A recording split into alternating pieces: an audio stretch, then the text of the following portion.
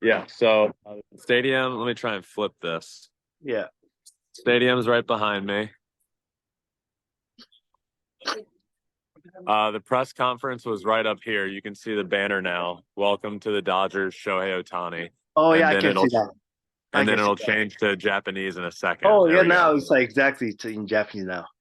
Yep. So everything happened right up here. This was full of cameras and people videoing, and then all of these seats up here as well. Yeah. Wow. It was crazy. Yeah. I mean, 1, 2, 3, 4, 5, 5, 10, 15, 20, hundreds of chairs. Yeah. 5, 6, 7, 8, 9, 10, 11, 12, 20 times 15, whatever that is. 350. Yeah. I think two things stick out to me. One being the name of his dog, which all along in America that he said to call it's Decoy, which is hysterical that the whole time the dog's name was Decoy. Secondly, I thought it was interesting when he talked about his second surgery, and he said, "I'm not an expert. I don't know what it's called. It was different than the first one," which is interesting to me. So I don't know what the name of that surgery is, but I bet you eventually it's going to be called the Shohei Ohtani surgery. I do now. Click on the head, which is the thing he did to Daiki and the yeah. Probably more surprised about the 680 deferred. 700 was a surprising number to hear, but I really did believe anything was possible with him. Would it be 500, 600, 700, 800? I didn't know. 700 is obviously a very big number, but all the deferred money was what's most surprising to me. And hearing him discuss why and realizing just how badly he wants to win makes it all make sense. Yep, absolutely. Still have the money to go get a starter or two, make a trade, whatever they need to do. They have the flexibility to do that because of what Shohei did. I did hear that. Yeah, it's smart. It's smart. They're teammates in the World Baseball Classic. They know each other.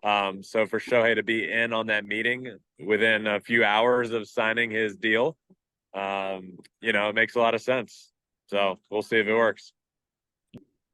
I think this whole time, in the back of my head or the front of my head, I said it on my show, Flipping Bats, 100 times. The perfect fit is the Dodgers, and I do believe that's where he's going to end up. And there are other teams that I think really came into play and maybe started swaying my opinion a little bit, thinking he was a little closer.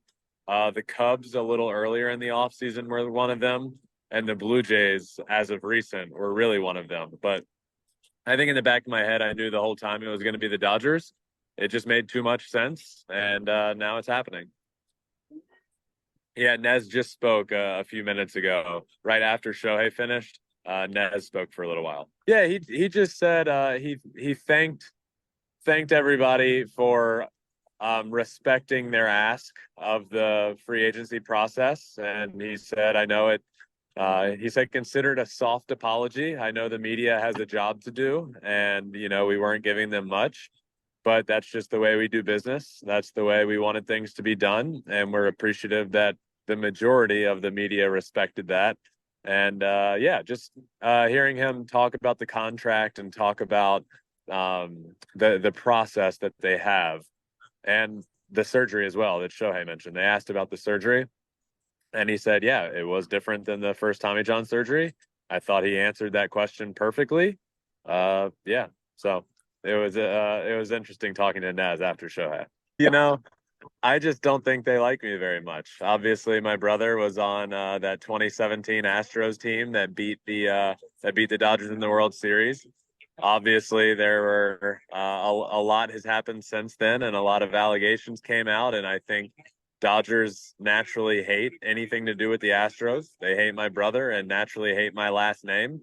So then when I got into this industry that I am now, I just played into it and had some fun with Dodgers fans. I really do love Dodgers fans. I think they're very passionate. I think it's a fun fan base to go back and forth with. But yeah, they give it to me and I give it right back to them. So this will be an interesting next 10 years. Oh yeah, they still don't like me. Oh yeah, you would think. You would think. It is rare, and he spoke about that here this evening. It's just kind of a safety net for him, you know. Like this team and organization is heading in a direction that they've been in this direction of winning, but now it's about winning championships, and he wants to keep going in that direction. So often, when that direction changes, there's a shift in the general manager or the owner of the team.